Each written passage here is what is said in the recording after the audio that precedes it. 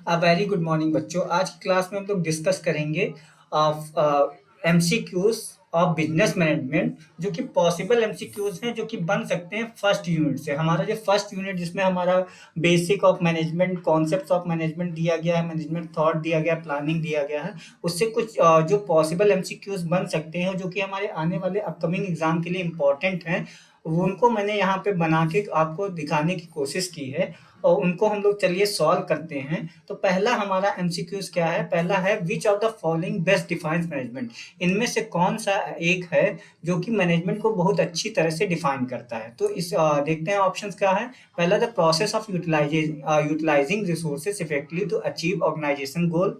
दूसरा, the process of delegating task to subordinates. The process of maintaining employ satisfaction. The process of monitoring daily activity. ये चारों हैं। देखिए, हमारा जो मैनेजमेंट है वो ये सारी चीजें करता है। वो यूटिलाइज भी करता है इफेक्टिवली हमारे ऑर्गेनाइजेशनल रिसोर्सेज को, और फिर सबऑर्डिनेट को हम डेलीगेट भी करते हैं, डेलीगेट और टास्क हम देते हैं, और फिर मेंटेन करते हैं एम्प्लॉय के सेटिस्फैक्शन को, और मॉनिटरिंग करते हैं डेली एक्टिविटीज को। ये सारी चीजें की जाती हैं, लेकिन यहाँ पे लिखा है बेस्ट डिफाइंस मैनेजमेंट। तो मैनेजमेंट को जो बेस्ट डिफाइन करता है, तो ये हमारा फर्स्ट वाला होगा। फर्स्ट वाला क्या होगा? मैनेजमेंट को जो बेस्ट डिफाइन करता है क्या होगा? The process of utilising resources. हम मैनेजमेंट में क्या करते हैं, जो हमारे ऑर्गेनाइजेशनल रिसोर्सेज हैं उनको अच्छे से यूटिलाइज करते हैं ताकि हम अचीव कर सके क्या? ऑर्गेनाइजेशनल गोल को। नेक्स्ट हमारा है question, who is known as father of modern management. तो हमारे ये सिंपल सा क्वेश्चन है। हमारे जो फादर है मॉडर्न मैनेजमेंट को पीटर ड्रकर जाने जाते हैं, फादर ऑफ मॉडर्न मैनेजमेंट के नाम से।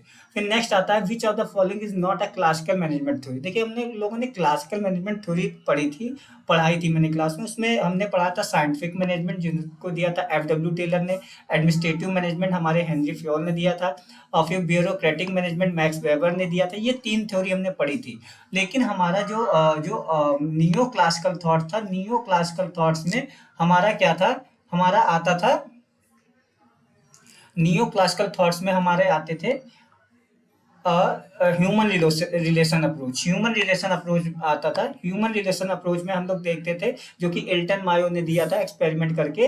तो ये हमारा नियो क्लासिकल में आता है, ना कि क्लासिकल अप्रोच में। ध्यान रखिएगा, क्लासिकल अप्रोच में हमारा scientific management, administrative management, bureaucratic management आता है, ना कि आपका ह्यूमन रिलेशन मैनेजमेंट। नेक्स्ट है आपका question, which of the following management function involve setting goals and objective. अब कौन से मैनेजमेंट फंक्शन में हम क्या करते हैं? गोल्स को सेट करते हैं, ऑब्जेक्टिव्स को सेट करते हैं। तो हमारे देखिए, प्लानिंग है, ऑर्गेनाइजिंग है, लीडिंग है, कंट्रोलिंग है। ये चार फंक्शन है। इनके अलावा भी एक दो फंक्शंस होते हैं, डायरेक्टिंग, स्टाफिंग, वो हमारे मैनेजमेंट के फंक्शंस होते हैं। लेकिन जो हम गोल सेट करते हैं वो हम प्लानिंग में करते हैं। प्लानिंग में हम क्या करते हैं? प्लानिंग क्या कहती है?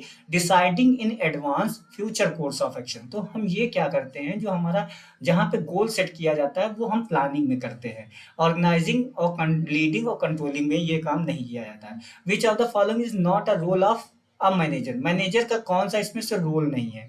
तो हमने देखिए, मिंट बर्ग ने पढ़ाए थे, 10 रूल्स के बारे में बताया था, जो कि हमने क्लास में पढ़ाया भी था। उसमें इन्होंने डिसीजन मेकर का भी बताया था, लेसन का भी बताया था, प्रोडक्शन वर्कर का नहीं बताया था। क्या है? प्रोडक्शन वर्कर का रोल नहीं बताया था। प्रोडक्शन वर्कर नहीं होगा, फिगर हेड बताया था। तो हमारा इसमें आंसर सही होगा सी।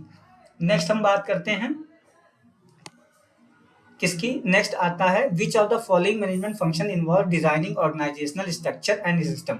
कौन सा मैनेजमेंट फंक्शन है जिसमें हम ऑर्गेनाइजेशनल स्ट्रक्चर को बनाते हैं, सिस्टम को बनाते हैं? तो प्लानिंग में हमने क्या किया? हम गोल्स को सेट करते हैं। ऑर्गेनाइजिंग में हमने क्या किया?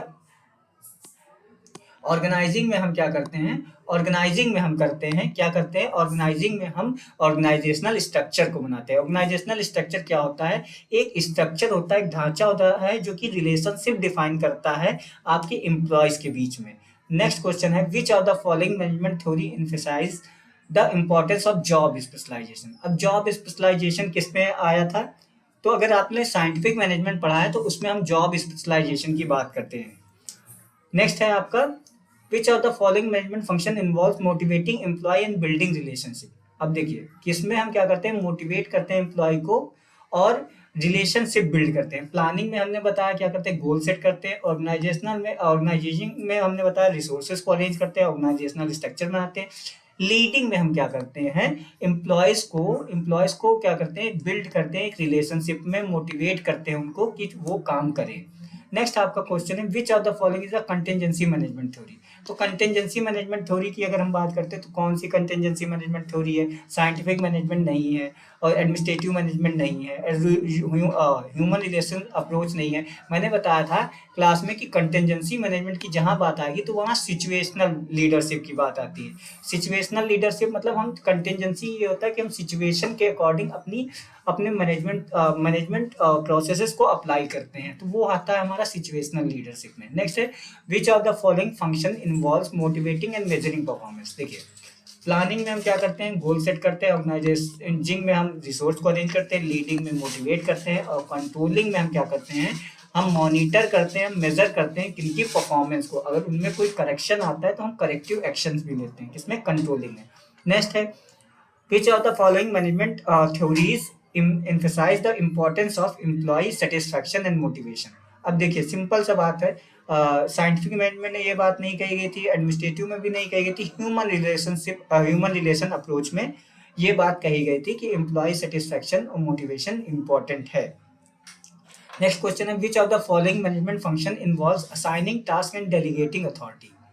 अब कौन से ऐसे मैनेजमेंट वो है जिसमें हम टास्क को असाइन करते हैं और अथॉरिटी को डेलीगेट करते हैं। तो मैंने बताया ऑर्गेनाइजिंग में हम ये काम करते हैं, हम प्लानिंग में गोल सेट करते हैं, लीडिंग में हम उनको डायरेक्शन देते हैं, कंट्रोलिंग में हम परफॉर्मेंस मेजर करते हैं, जबकि ऑर्गेनाइजिंग में हम उन्हें असाइन करते हैं टास्क और डेलीगेट करते हैं अथॉरिटी। अथॉरिटी डेलीगेट करने का मतलब होता है उनको पावर देना और असाइनिंग टास्क मतलब उनको कौन सा काम कौन करेगा ये चीज़ बताना। नेक्स्ट है आपका which of the following is a behaviour management theory. Behaviour management theory कौन सी है? Human relation management theory, behaviour management theory है। नेक्स्ट है आपका which of the following management function involves analysing the external environment and identifying opportunity and threat. अब कौन सा है जिसमें हम क्या करते हैं, मैनेजमेंट फंक्शन है जिसमें हम इन्वायरमेंटल की स्कैनिंग करते हैं, जब हम analysing of external environment opportunity and threat ये सब मिला के क्या कहलाता है, जिसे हम शॉर्ट एनालिसिस करते हैं, उसमें हम स्ट्रेंथ वीकनेस अपॉर्चुनिटी और थ्रेट पता लगाते हैं।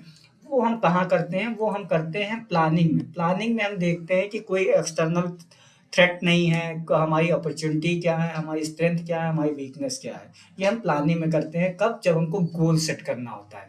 नेक्स्ट आपका which of the following management theory emphasize the importance of a clear chain of command and strict rules and procedure। अब clear chain of command, strict rule and procedure किसमें था? ये आपका था ब्यूरोक्रेटिक मैनेजमेंट में। Confuse मत होइएगा, administrative में bureaucratic management में क्लियर चेन ऑफ कमांड की बात की गई थी और स्ट्रिक्ट रूल्स एंड प्रोसीजर की बात की गई है। देखिए क्लियर चेन ऑफ कमांड केवल हम एडमिनिस्ट्रेटिव में भी कह सकते हैं, लेकिन स्ट्रिक्ट रूल एंड प्रोसीजर किसमें था? वो आपके इसमें थे, ब्यूरोक्रेटिक मैनेजमेंट में थे। नेक्स्ट आपका 16 number which of the following management function involve coordinating resources and activity to achieve organisation goal. मैंने बताया कोऑर्डिनेशन का काम हम लीडिंग में करते हैं। कोऑर्डिनेशन क्या होता है? इसेंस ऑफ मैनेजमेंट होता है और ये हम लीडिंग में इस टास्क को परफॉर्म करते हैं। What is the first step in the planning process? Planning process का फर्स्ट स्टेप क्या होता है? क्या? Establishing objectives and goal, identifying alternative, selecting the best alternative, evaluation of performance या इवैल्यूएटिंग परफॉर्मेंस। तो इसमें सबसे पहले हम गोल्स को सेट करते हैं प्लानिंग करने के लिए। नेक्स्ट है which of the following is a की बेनिफिट ऑफ प्लानिंग। प्लानिंग का बेनिफिट क्या है? इससे हमारी एफिशिएंसी क्या होती है? इंक्रीज होती है। नेक्स्ट है आपका what is the purpose of setting goals and objective in planning process. क्या प्लानिंग प्रोसेस में what is the purpose of setting goals and objective in planning process. जो प्लानिंग प्रोसेस में हम गोल सेट करते हैं, objective set करते हैं, उसका पर्पस क्या होता है? तो उसका पर्पस ये होता है कि हम एक रोड मैप बनाते हैं for achieving desired result. Next है आपका what is the primary focus of strategic planning. Strategic planning का प्राइमरी फोकस क्या होता है? इसका प्लानिंग प्राइमरी फोकस होता है लॉन्ग टर्म ऑब्जेक्टिव्स पे। What is the difference between strategy and a tactics. Strategy और टैक्टिक्स में क्या डिफरेंस होता है? ये मैंने बताया स्ट्रेटेजी में strategies are broad long term plans while tactics are specific short term action.